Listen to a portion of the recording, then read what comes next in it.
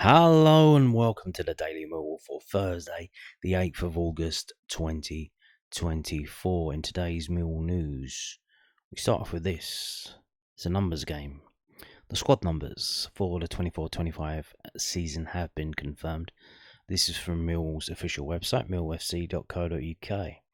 Millwall Football Club can now confirm its squad numbers ahead of the 24-25 campaign. New signings: Lucas Jensen, number 1, Sean Hutchinson, number 4, Jafet Tanganga, number 6, Liam Roberts, number 13, and Macaulay Langstaff, 17, are added to the list, whilst Alfie Massey takes 44. From this season onwards, the Lions have retired the number 20 shirt in memory of Mati Sarkic.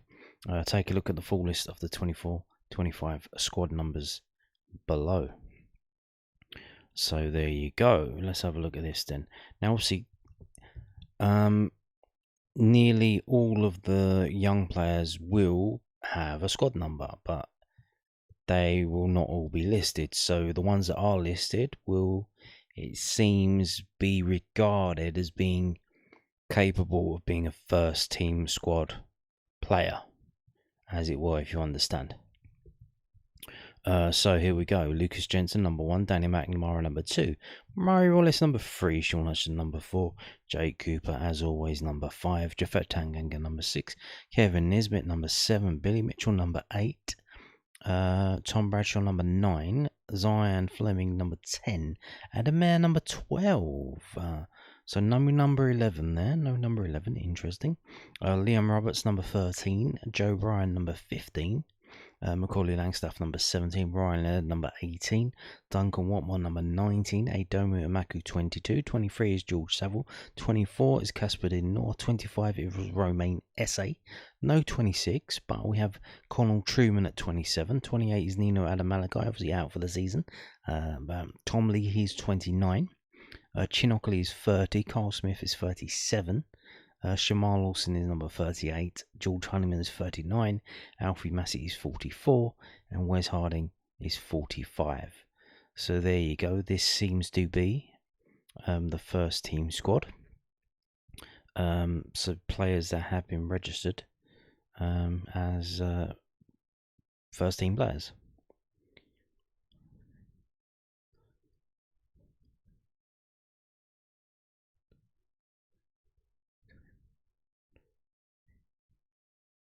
$29 players. Yeah, I was just counting it. 29 players. That's all she wrote. That looks like it's all we've got for the game against Watford. So there you go. And now moving on to this from the southernnews.co.uk, which of course publishes on a Thursday. Pick up a copy in your local newsagents, because I think their website is playing up a bit, so be better to buy a copy than paper. Lions chief welcomes chance for fans to pay tribute to keeper before Watford match. Yeah, if you didn't know this is obviously there's going to be a lot of stuff before the game against Watford in regards to Mati Sarkic, including his family being there. So Neil Harris is pleased fans will get the chance to pay their respect to goalkeeper Mati Sarkic ahead of Saturday's first day fixture with Watford. The Den faithful will be able to pay tribute to Matija before kick-off against the Hornets following his tragic death in June, with members of his family in attendance, including parents Bohan and Natalie, siblings Oliver and Danilo, as well as his partner Phoebe. Both playing squads will join us with the supporters in marking what promises to be an emotional occasion a quarter of an hour before the lunchtime match gets underway, and the Millwall manager believes it is a good idea. Harris told the Southern News, it's imperative for the football club that we do it as a group and collectively as one. When the news broke about Matija, it did so in the off-season. As close as the players are, it's difficult when they're all spread all around the world on holidays in different places. They bonded as a unit on the phone with the WhatsApp and social media rather than in person initially. And we had a chance to pay our respects and be together at the end of June when we reported back for pre-season. But this Saturday will be the first time we've been able to do it properly as a football club. And it will be a nice moment for us, and it's very fitting we can do it on the opening day of the season, which is usually an important day on the football calendar. to be able to remember Mati and then play our first league game in the season at the Den will be a lovely moment for us. Once the tribute is finished, all attention and focus will be on the Hornets, a side who Harris accepts will be tricky opponents. Watford are a good football team, the Millwall manager said. Tom cleverly took over similarly to myself and had a good run towards the end of the season, and they've still got some decent players, even though they will be disappointed with their season last year. When you look at their team on paper and the money they've paid for players, they've still got a very talented group. And in your first league game, you don't know exactly what your opponent's going to do, but we know about their players and the ability they have technically. For us, the final pre-season game with Southampton was pivotal. To have that good technical opponent and ball-playing team was a perfect build-up for a Watford team we expect to want to dominate the football. So there you go. And in terms of Mati Sarkic, we have the mural that they said was going to get painted has been painted. This is from the official website millwallfc.co.uk. Millwall unveil Mati Sarkic mural. Millwall Football Club is proud to unveil a mural in the memory of Mati Sarkic based in the Coldblow Lane concourse. The painting, created by Wizzy, Rats and Taz Collective, has been completely funded by Millwall Supporters Club in a kind gesture. The mural is unveiled in anticipation for Saturday's Sky Bet Championship fixture against Watford, in which the Lions will remember Mati before kickoff. So you can see it there. Interestingly, they didn't put a husky on the shirt. Once a lion, always a lion. Mati Sarkic, number 20. Okay.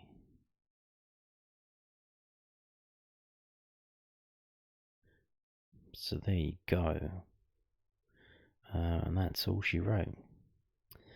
And there's some quotes there. I'm not going to read them. I'll just leave them on the screen if you wanted to read them. But obviously, there's the picture what it was based off of. And like I said, they didn't put the Husky logo on. And they didn't put the number 20 on either. Well, it wouldn't go on a shirt there, would it? It's not visible. It would be on shorts. So, there you go. Now, moving on to this, also from the southernnews.co.uk. Sav making most of the Millwall managers added wisdom. What's this about then? Well, George Saville is convinced Millwall have benefited hugely from Neil Harris's managerial experience elsewhere since he returned to the club in February. Harris cut his teeth in his first ever role as a boss with the Lions between 2015 and 2019 before going on to take charge at Cardiff City, Gillingham and Cambridge. Saville played under Harris all those years ago and has been a key midfield figure under his stewardship second time round, and the Northern Ireland international can tell the gaffer is even better than before. Now Harris has added to his Football League CV. He explained, I think Neil's more experienced from his first spell. He's better off making decisions now than maybe 5 or 6 years ago. It's the same for the players. You get more experience and you deal with situations differently. He's shown real leadership for us, and the direction he wanted to take us straight from day one has been clear. We knew exactly what he wanted from us, and he's been brilliant. I'm very happy to be playing regularly. We have a good relationship, and that's well known. We enjoy working with each other, and I will always do my best for him. Saville is pleased with how his pre-season went, but can't wait for the real action to finally commence this Saturday lunchtime at the Den. He said, our pre-season has been good. There have been a lot of games which I've enjoyed. We've been back since the end of June, which means we didn't have to cram everything in. I'm match fit now, so it's been really pleasing. We will probably do a bit more tactically now between now and the weekend. We've been playing Saturday and midweek games during pre-season, where some games you get more minutes than others, and this week we don't have a game, and it's all about preparation, and it will be about Watford rather than just getting more minutes under our belts. Saville added, it's always a good game against Watford with a good atmosphere. I don't think we could have picked a better opening game, to be honest. Ideally, we can keep the momentum we built over the final 12 or 13 games of last season, take it into the new campaign and get a run of results quite fast. Hopefully, we can have a positive season. I don't want to say we're going to do X, Y, or Z because that puts pressure on it. But we know the standard we've set over the last 5 or 6 seasons, where we're at, and hopefully we can be strong and have a positive season. Again, worryingly, no one is picking something to aim for. If you don't have something that you're aiming for, does that mean you are aimless? And if you don't have a plan, obviously at the end of last season, Neil Harris came in. We had a plan. The plan was to stay up, and we did that. And it was like we had 13 games. It was for like a 13 cup finals in a row. And we did what we had to do, and we stayed up. You can't have 46 cup finals in a row. That's stupid. It's not going to work. So how are we going to approach the season? Do we go month by month? Does Neil Harris say to players, I want 7 points by the end of August. I want an extra 6 points by the end of September. Like what's the target? Yeah, I don't know. It's a very weird season coming up, but get ready, folks. This is going to be a roller coaster. Now, tickets. Something funny going on with the tickets. Obviously, no memberships have been sent out yet. If you haven't got a ticket yet, obviously this is a 12:30 kickoff. You probably want to get down there as early as you can, because I think I've got the feeling, being a Millwall fan for many, many years, this is going to be an absolute disaster off the pitch. And you do hope that the players on the pitch can win the game, because if the situation behind the scenes off the pitch with the bag checking thing, the tickets, the ticket collection window, maybe the food as well, I don't know what they're doing with that, all kinds of things going on. It could be, if we don't win this game, the fans are going to be going nuclear at the end of it, and it could be rough. So let's hope the players can seal the win and soothe all of the fans of the pitch concerns. Bristol City tickets are on sale. So Millwall travel to Bristol City in the Sky Bet Championship on Saturday, the 17th of August. So yeah, literally giving you just over a week's notice for this, which is again kind of weird. They normally give you 3 weeks notice. What is going on? Is this is it the other stuff that's going on in the country at the moment? I don't know. That wasn't taking place 3 weeks ago. That's literally just happened in the past week. I don't know what's going on. Some rumours that some games are going to be heavily policed to stop, for some reason, to stop what football fans from going on the march. I don't know what they think is happening, but obviously they're pretty clueless.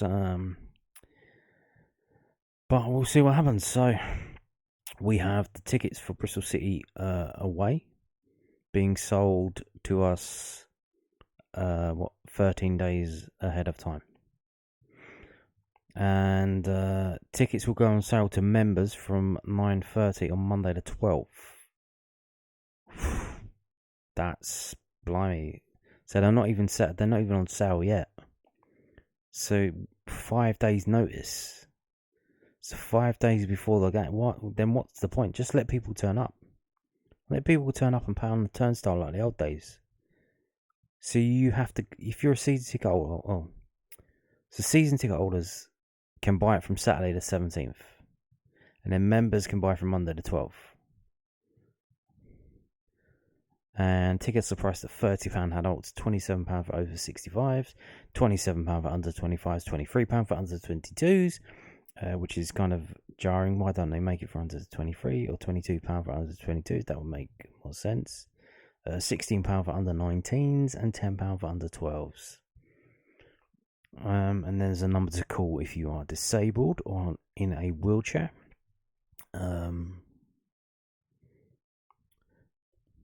Tickets will go off sale at 2 p.m. on Friday, 16th of August. Any tickets selected for collection will need to be collected by this time from the Den. After 2 p.m, they will be sent to the away club ticket office for collection on the day of the game. We have an initial allocation of 1,500 tickets. Coaches will leave the Den at 8:30 a.m. and coach tickets are priced at £35. So there you go. So there you go. Now moving on to this. I've been telling you about this. It's one of the off-field problems this season, but that has the potential to be. If you drive to the games and you're stuck on Surrey Canal Road and you think to yourself, you know what, I'm gonna drive around the back streets and get to New Cross Road via the old ways, the old Coblow Lane. You can't do, well, you can do that, but if you try to do it, you will get your vehicle photographed, and they will send you a fine in the mail. So yeah, don't do that. And we have some pictures of what it looks like. Now this is from the junction with Mercury Way, where the burger van is usually located on match days. I don't know what these black and white curbstones mean. I looked in the highway code. I don't know if that's a thing or why that's there. What the purpose of that is. I don't know what that means. But you can see they've narrowed the road, but there isn't a road closed sign. It doesn't say road closed. What they do have is the old Evel Knievel. A lot of people don't realise that sign, the red circle with the car and the motorbike jumping over it, means no motor vehicles. Because if you look underneath it, there is a red circle with 20 in it. And that doesn't mean no 20s. That doesn't mean no 20 miles an hour. That means you can only go 20 miles an hour. So that is, you are only allowed to go 20 miles an hour. So a lot of people are under the misconception that the above sign means that you are only allowed motor vehicles, but that is not, because it usually a sign that doesn't permit something like no smoking has a red crosser through it. But obviously in this instance, if they put the red line through it, you probably wouldn't be able to see properly the car or the motor vehicle. So yeah, this doesn't mean Evel Knievel. Beware of Evel Knievels. This means, if you don't know who that is, ask your granddad. Yeah, that means no motor vehicles. But as you can see, the road is fully open, and it still says 20 miles an hour. So there you go. And the sign there with the weird black looking box thing. If you're a young person, then you know what the hell does that mean? That is a camera. Before cameras were on phones, they used to be a separate thing, like a black box thing. In the old days, we would have cameras, and we would go around and we'd take pictures of stuff, take pictures of people, usually on holiday, and we would have to get the film developed, and you had to hope that your old granddad didn't put his thumb over the fucking lens, and you had some decent photos. So yeah, that is a picture of a camera, which nowadays they are mostly used to scan motorists. So obviously I can't see the camera here. I don't know where the camera is or how it's going to pick you up. But it's sad to see, obviously, that there is no sign that says road closed. If we go here, however, they've got the old wooden things that people absolutely despise in the old LTNs, low traffic neighbourhoods. But they do have a sign on it that says road closed, which is fair enough. Now this is at the other end, not at the junction with Sandford Street, because to the right of this picture, by that lamppost, people are living in there. There's actually like some kind of flats there. So I think they probably put that road closed sign because people would see cars driving down here to go into this where people were living and presume that this is open. But it would be nice if they put a road closed sign down the other end, Now this is what I told you about. Don't drive through here. You're going to get an 80 quid fine. I think it's 80 quid. It used to be 65. I think they put it up to 80. Don't drive through here. You need to drive the long way round. You need to wait in the traffic at Surrey Canal Road if you're going back to the A2. So it is what it is. Don't drive through here. You will get a massive fine, and it's not what you want. If you've just seen Millwall lose, or even if Millwall win. So that's what it looks like now. Don't drive through there, even though they haven't blocked it off. Don't drive through there. Now, this is the third time that I'm bringing you this story. Why am I doing that? I found it's good practice in general in life when you're reading news stories is to seek out alternatives, to look at different sources of the same story to get the full picture. And this popped up. This is from building.co.uk. I don't know what kind of rag this is. I think it might be a magazine. I think it's pretty left wing because of the way they've framed the situation with renewal. So they say developer cuts affordable housing on 19 Tower Lewisham scheme after being hit by a £25 million railway station bill. So you see what they're saying there. Because obviously, if you watch the previous videos, you know I've brought one yesterday from Herbie Russell, which was very well written, and the one before from the South London Press, which was kind of like the bare bolts. Renewal Group's 3,500 home Surrey Canal Triangle master plan includes station originally set to be funded by the government. The developer behind plans to build 19 residential towers around Millwall FC's home ground in Lewisham has been forced to cut the scheme's share of affordable homes after being hit with a £25 million bill to help pay for a railway station. Renewal Group's 3,500 home Surrey Canal Triangle master plan, designed by Studio Egret West, was first given outline permission in 2022 and spans 5 development phases. Like I said the other day, you can see here phase 1, phase 2's down there, phase 3, phase 4, and actually I got it wrong. Phase 5 is where Millwall Cafe is. So the Millwall Cafe may have another 2 or 3 seasons still to go. Apparently there's 13 pictures here. So yeah, there you go. That's phase 1.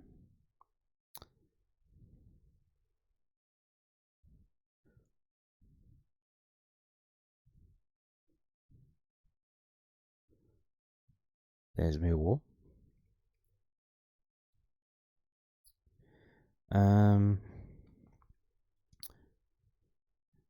So the first phase, consisting of 3 32-storey towers, is currently under construction, with later plans to include buildings up to 44 stories. The site, which surrounds Millwall Stadium, the Den, also includes the planned new Surrey Canal Overground Station, which is being developed by Transport for London. Under the master plan's original 2022 consent, this station was to be funded mainly by the government through housing infrastructure funding. However, Lewisham Council said other competing priorities at TfL had diverted the funding to other projects, and the transport body has turned to renewal to fill the gap with a significant contribution. So renewal has now agreed to fork out £25 million following talks with the council, TfL and the GLA, a sum which has required a reassessment of the viability of the wider scheme. In the context of a new substantial station contribution, it has been necessary to review the position to ensure the scheme remains deliverable with the maximum level of affordable housing on site, Lewisham Council said. Resulting tenure changes approved by Lewisham last week have seen 100 affordable homes cut from the second phase of the scheme, reducing its share of affordable homes from 35% to 17%. Oh, wow. So you can see how they're spinning it here. You can see how they're spinning it. Anybody who uses percentages for such a low number, which is 100, you can tell they're... and you can see how they've portioned it out. So from phase 2, this is from phase 2. So they've cut 100 affordable homes from phase 2 and that's gone from 35 to 17. But then you can say this has resulted in a reduction in affordable housing across the entire development from 35.4 to 32.6 when measured by units. So you can see overall it's a little bit down, but not by much. And affordable housing, affordable to whom? Affordable to whom? Do you know Kidbrooke? Do you know the Kidbrooke estate that they knocked down? And they built all these massive tower blocks there. Did you know that? And the cost of these flats in these blocks that they built, for the tiny little flat, it's the same price as a 3-bedroomed terrace house in a reasonable condition. Obviously it's not brand new, but it's reasonable condition, just over the road. And I was in the area and I'm scratching my head and I'm like, why the fuck would anybody pay the same amount of money for a little box when they could get like a big house with a garden? Like, why would they do that? And do you know why they would do that? Do you know why? You know the dirty little secret? Financing. Because if you want to buy a box in a development, they will sort out a mortgage for you quite easily. It is been agreed with these developers who do all this stuff, and that's how it works. Someone told me, I don't know if this is true, but I believe them. So they said that's why people are buying these flats in these little boxes in these blocks, because they can get the financing, they can get a mortgage, which is very hard to get, especially if you don't have a decent sized deposit. Whereas if for a house, which is kind of weird because obviously the house would be freehold and you wouldn't really get freehold in a massive block, but whatever, they won't give you a mortgage for the house of the same price over the road. So that's why all these massive units are going up and they're giving you mortgages, and they have like schemes for people who can't afford it, so it's affordable for them by giving them a mortgage when they probably shouldn't get one because they can't afford it. So that's how it works. The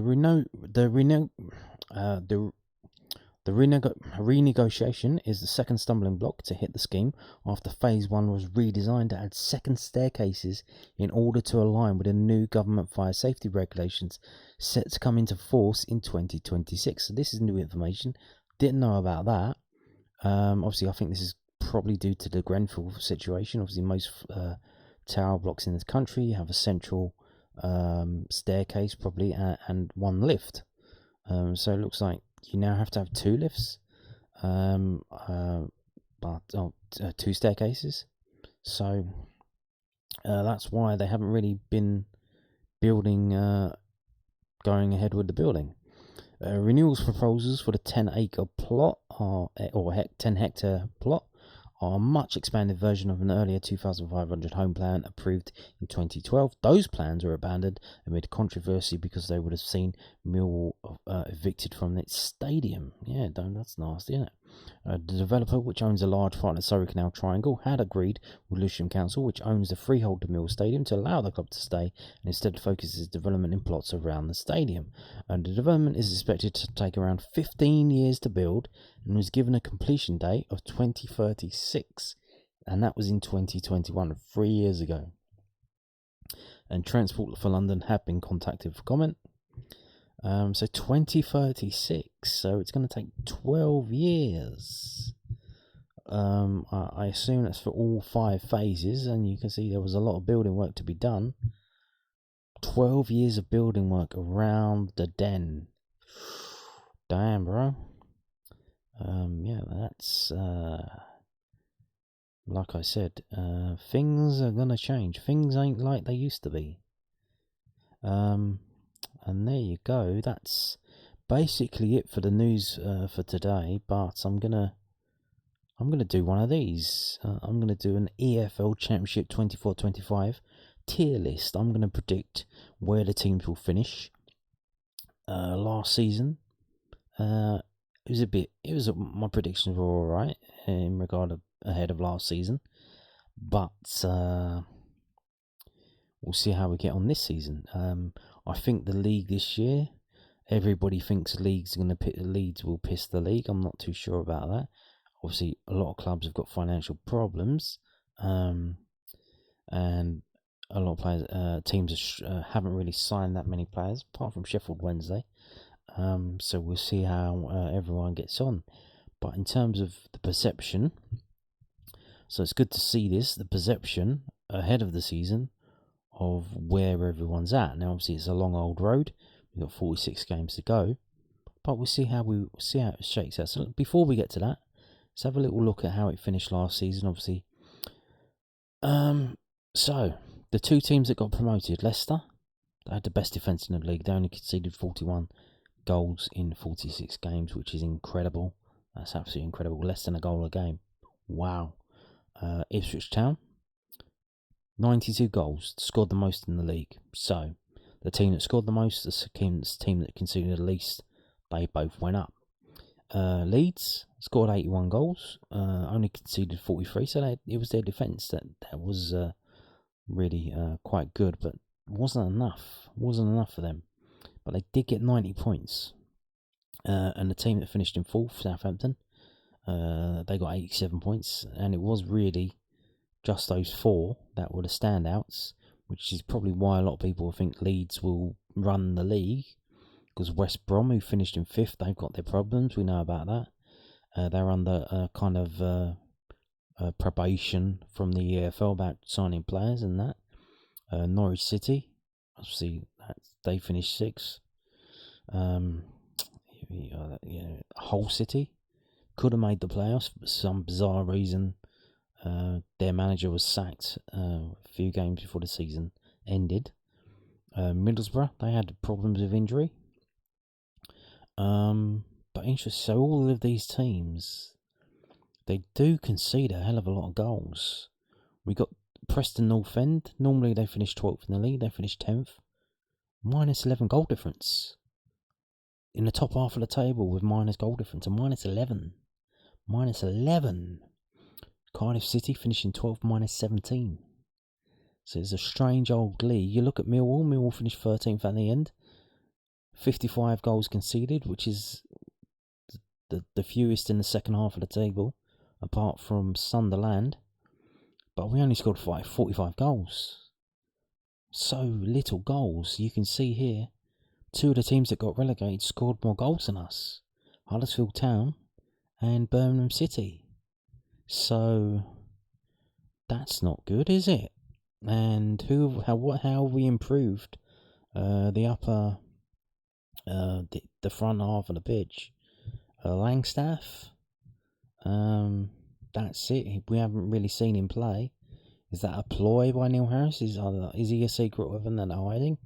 They said it was because of fitness. I don't know if is he going to start tomorrow. Can he play up front on his own? We don't know. But that doesn't look good. So tomorrow's opponent's Watford. You can see they scored 61, conceded 61. And 56 points, which is just 6 points above the relegation zone. And Blackburn Rovers, they scored 60 goals. They conceded 74. Sammy Smodics, if it wasn't for Sammy Smodics, they'd be gone. They conceded 74 goals last season. They've bought a centre-half, I believe, he's 37 years old. Well, I say bought, they've signed him. He was a free agent. They signed a lot of other older players. Blackburn doesn't look good for them. Plymouth Argyle just on the last day escaped relegation by 1 point. I can't see how they're not in it again. Obviously, you can see what happened to Rotherham. Rotherham kind of did the same thing.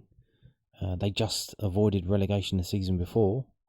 And then, obviously, the old PPEF, or whatever it's called in this division, the fair play regulations, they had to cut their cloth accordingly, and they didn't have enough cloth to cover themselves. They massively underperformed and were nearly 20 points off the team above them in 23rd.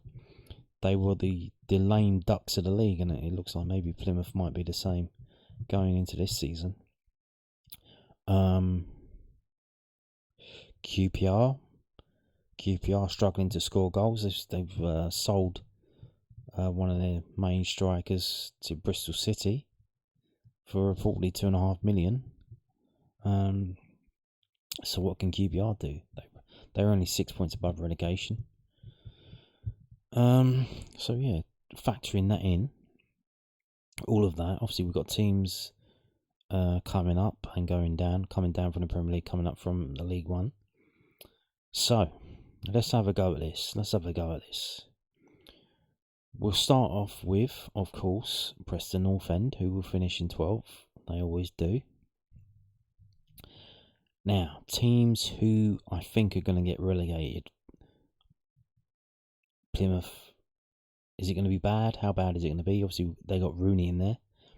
I don't think they head on Rooney. I think they just advertised the job and he applied, and they're like, "You really want to come here? You know how much we're paying." I don't. So Rooney obviously trying to get himself a bit of a reputation, trying to do something. Fair play to him. Like, obviously, unlike some who are trying to think they're entitled to better jobs.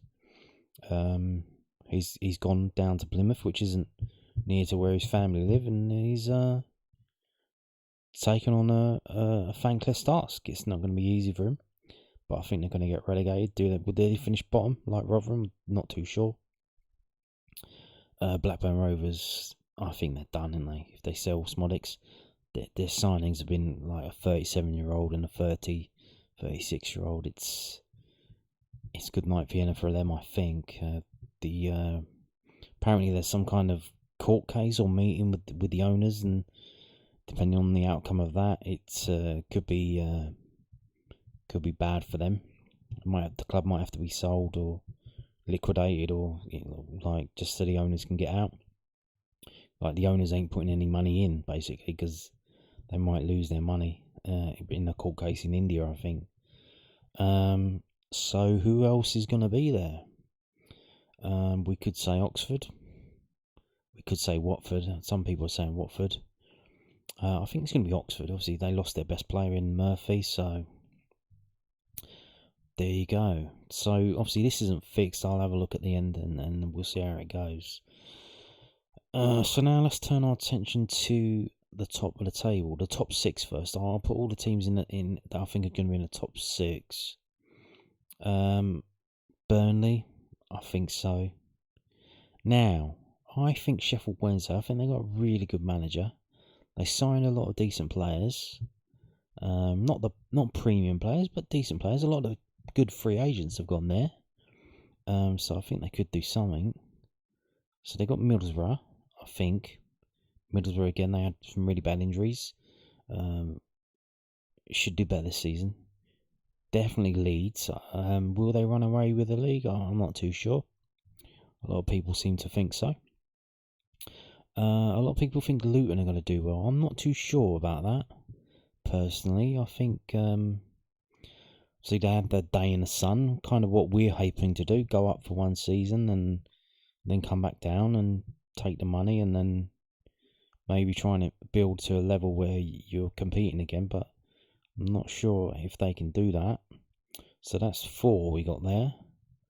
Can West Brom go again? Nah, don't think so. Don't think so. So will Hull step up? Obviously, I think the new manager, I think he's a decent manager. So maybe they could get in the top 6. Norwich, could they get up there? Not too sure. Bristol City, obviously, they're trying to push on, but not too sure about that. I will put Hull there. And so that's 5. I've got to pick one more to go in the top 6. So, okay. Obviously, this isn't final. I will take a look before I finish my table. I'm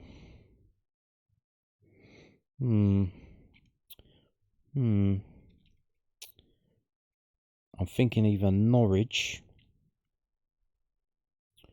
It's either going to be Norwich or Luton, probably. Maybe Coventry. Maybe Sunderland. I'll tell you what. Let's go with Norwich again.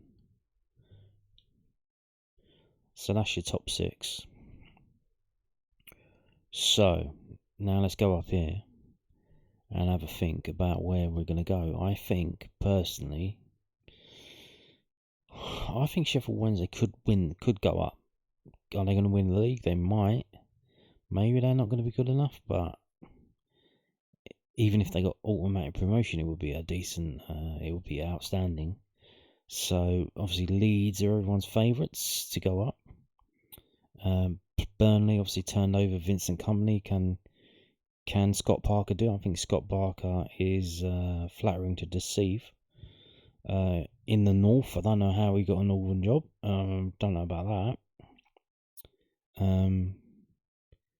See, I'm not too sure about Burnley this season. Could we see Middlesbrough going up?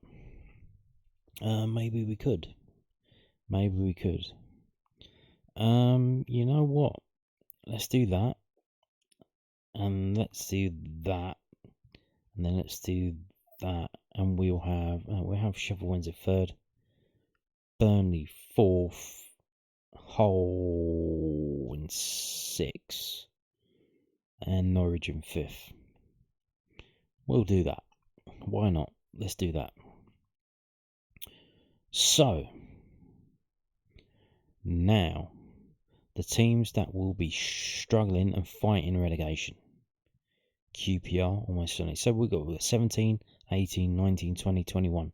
So I've got to find 5 teams here that are going to be just above the relegation zone. I think we're going to have QPR, Watford, almost certainly. Cardiff, possibly. Obviously, they got the problems stemming from that player who died in that plane crash, still rumbling on. So now I need another 2. So Derby or Portsmouth. Obviously, Portsmouth quite well supported, decent stadium, tough place to go. Old stadium, not like Derby. So the 2 teams that come up, you got Derby and Portsmouth. Derby playing in the Bowl. Portsmouth playing in. It probably got a better home atmosphere, home support. That will probably help them out. Maybe get them a few points. So we would say that Derby will then probably be one of the teams there. And you know what? Let's say West Brom with their money problems, but let's have them at the top. Let's have QPR at the end of that, so they'll be 21st. And we'll have Cardiff. So obviously you have. Are you improving or are you getting worse? Are you decaying? So we've got the decaying championship teams in Cardiff, Watford, and QPR. Obviously, Watford owned by the Italians who own Udinese. They probably got a bit bored of it now. You know, probably not really that bothered. They thought they were going to go into the Premier League. Hasn't happened. Doesn't look like it's going to be happening. Their best player, obviously, we're playing them on Saturday. Yazo Sprile. Funny enough, so obviously he hasn't played in pre-season games, and they said they're trying to sell him, and he won't be involved in the game against Millwall. So, refreshingly honest. Obviously, a lot of teams say that their players are injured when they aren't, which obviously I'm not suggesting that Millwall are doing that with Zion Fleming, but he does appear to be injured every transfer window, which is rather unlucky and coincidental that he keeps getting injured during the transfer windows. So yeah, there you go. Now, so we got the top 2, we got the playoffs, and now it's just about the teams in the middle. Now Millwall are going to have a crazy season. We know that. It's not going to be easy. Will we be in a dogfight? Will we be in again, like last season, where we're at the bottom, if we have to scrape our way up the table, or are we going to be chugging along, nearly getting in the playoffs, and then of course not doing it at the end of the season and just falling away? because of our lack of quality. Probably the latter or the former. So I will put us in this situation here as we stand at the moment, obviously lacking players. Bristol City, I think they're going to do well, obviously buying players, doing quite well. Luton Town, obviously, I think they will do okay. I don't think they're going to be as well as everyone thinks they are. You would suggest then that Sunderland would be in that top.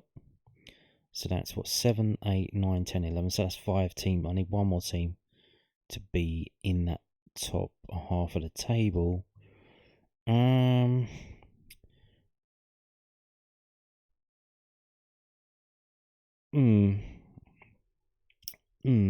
Okay. So I'm going to go with, I mean, it's a toss-up in it. These pretty much middling teams. Sheffield United have had a massive turnover of players. They were quite very poor last season in the Premier League, got beaten up, losing 6-0, 7-0, 8-0.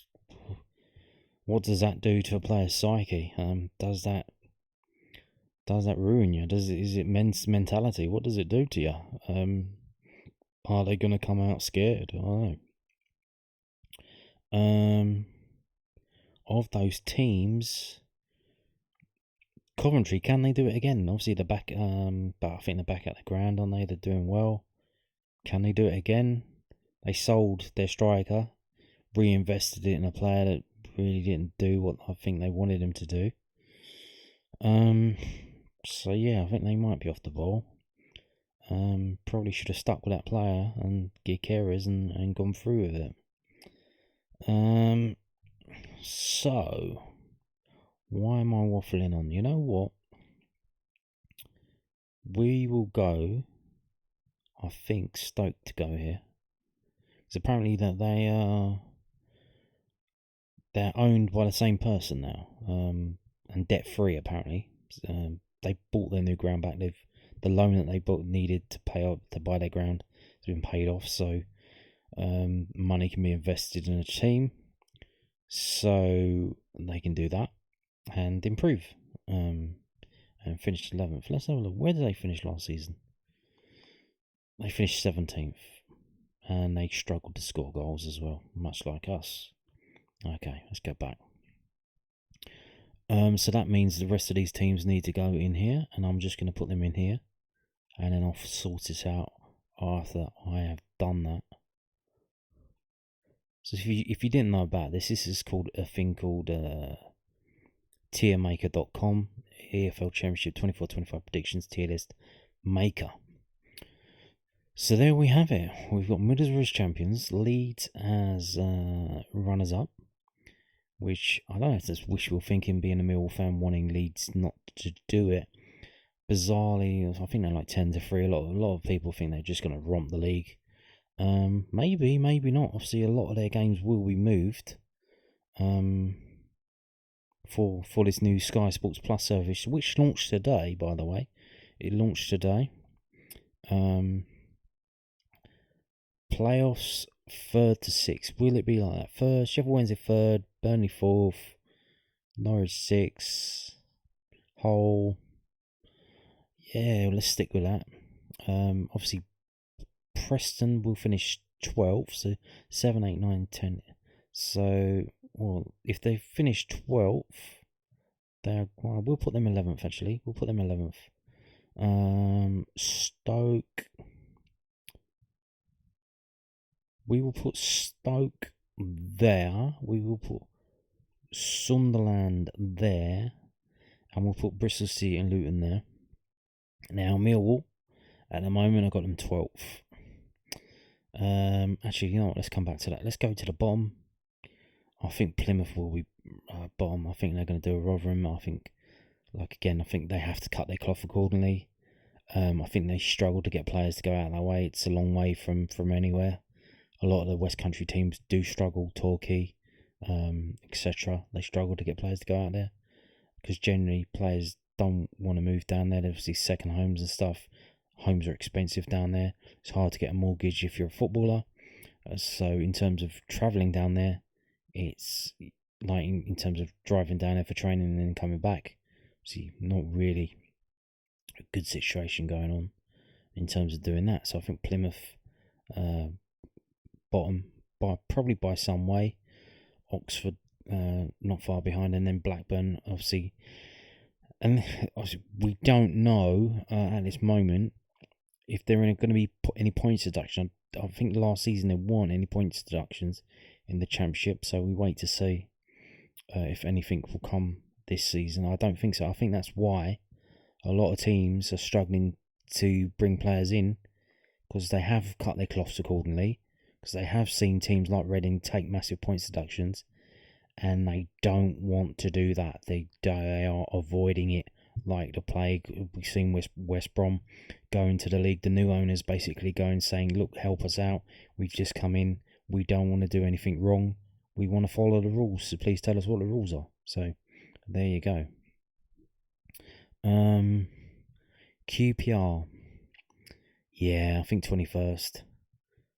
Cardiff, Watford, Derby, West Brom. Yeah. It's the 17th for West Brom. Swansea, obviously they got generally play Tip Tap. Let's go up to Stoke. Yeah, okay, so we're on this one now. We're on the Millwall one. Where do I think Millwall going to be? I don't know. I think it's going to be rough. It's going to be tough. I do think Neil Harris will potentially walk out again. I think if he realises after that transfer window closes on September 1st, and the squad we got is a squad we got, if we get a bad couple of results in the beginning of September, I think he's going to say, look, I'm on a hiding to nothing here. The fans are turning against me. I'm going to go again. Arrivederci. Ciao. And then who comes in after that, and what do they do? Don't know, but we'll see.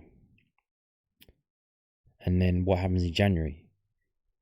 If we're struggling, can we bring players in January to stop the struggling? Not too sure. So I'm looking for teams 12 to 16. So 16 would suggest some kind of struggle. So let's put Portsmouth down there. Obviously, I think their home form will lift them up a bit, and I think their away form will probably sink them a bit, so that they could leave them there. Sheffield United with their massive turnover of players. I think Coventry, decent team, but not really doing it. You know what? I will put Preston here in 12th in their normal traditional place, and I will move Coventry up to 11th. So will we go above Sheffield United? No, probably not. Above Swansea? Probably not. So that puts us in 15th then. Whoa, 15th. A fair old place to finish in the league. Obviously, it's not going to be as clear cut as that. It's going to be a bit of a roller coaster. Hopefully, maybe a cup run or something to ease the pain of the struggle in the league. But we'll see how we go. But as of obviously recording this on Thursday, the 8th of August, 3 weeks before the transfer window is closed, this is what I'm thinking. So let's just run through this for one last time. We got Middlesbrough as champions, Leeds in a runner-up place, not by much. I think it's going to be it's going to be really close. I don't think there's going to be anyone running away with it. Although those two, I think probably there will be quite a big gap to Sheffield Wednesday and the rest. I don't think it's going to be like last season, where the 4 teams were away from everyone else. Sheffield Wednesday in 3rd. Burnley in 4th, Norwich in 5th, Hull City in 6th, Stoke in 7th, Sunderland in 8th, Bristol City 9th, Luton 10th, Coventry in 11th, Preston North End in 12th, Sheffield United in 13th, And I think they'll be competing, but then drop down. I think they'll be contending and then just kind of fade away at the end. That's what I think of them. Swansea in, what was that, 14th, Millwall in 15th, Portsmouth in 16th, West Brom in 17th, Derby County in 18th, Watford in 19th, Cardiff City in 20th place, Queen's Park Rangers in 21st, just getting out of it at the end of the season to condemn Blackburn Rovers to relegation in 22nd place. Oxford United will be 23rd. I think they'll be there or thereabouts in the relegation places all throughout the season. And Plymouth, I think, will be probably about, I would say, probably 12 to 15 points adrift of Oxford United at the bottom of the table. And Wayne Rooney will be gone. They'll probably bring someone else in. And that'll either be, if that's a name manager, he'll probably be gone as well. If it's just like a local lad or someone else, they'll probably come in and just see it out until the end of the season and get ready for League One. So there you go. I'll see you at the end of the season and we can see how I've got on. But there you go. This is what I'm thinking. And on that note, thank you for watching if you made it this far, and goodbye.